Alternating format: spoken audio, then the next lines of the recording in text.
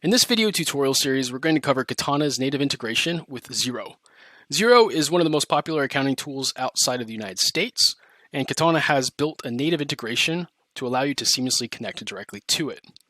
This integration enables you to create invoices directly from Katana sales orders.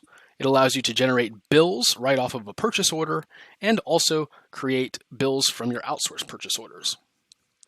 In this tutorial series, the first video we're going to do after this is we're going to cover the overall data structure, meaning how does the information correlate between Katana and your Xero account, what information is sent over, what information is received back, and what types of ways is the structure set up in order to help these two apps communicate.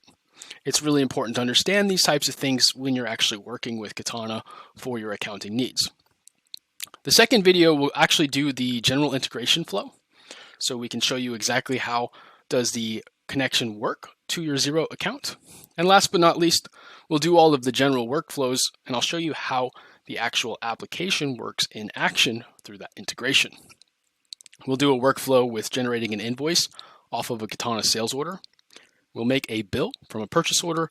And lastly, we'll make a bill from an outsourced purchase order. So stay tuned, and I hope you enjoy.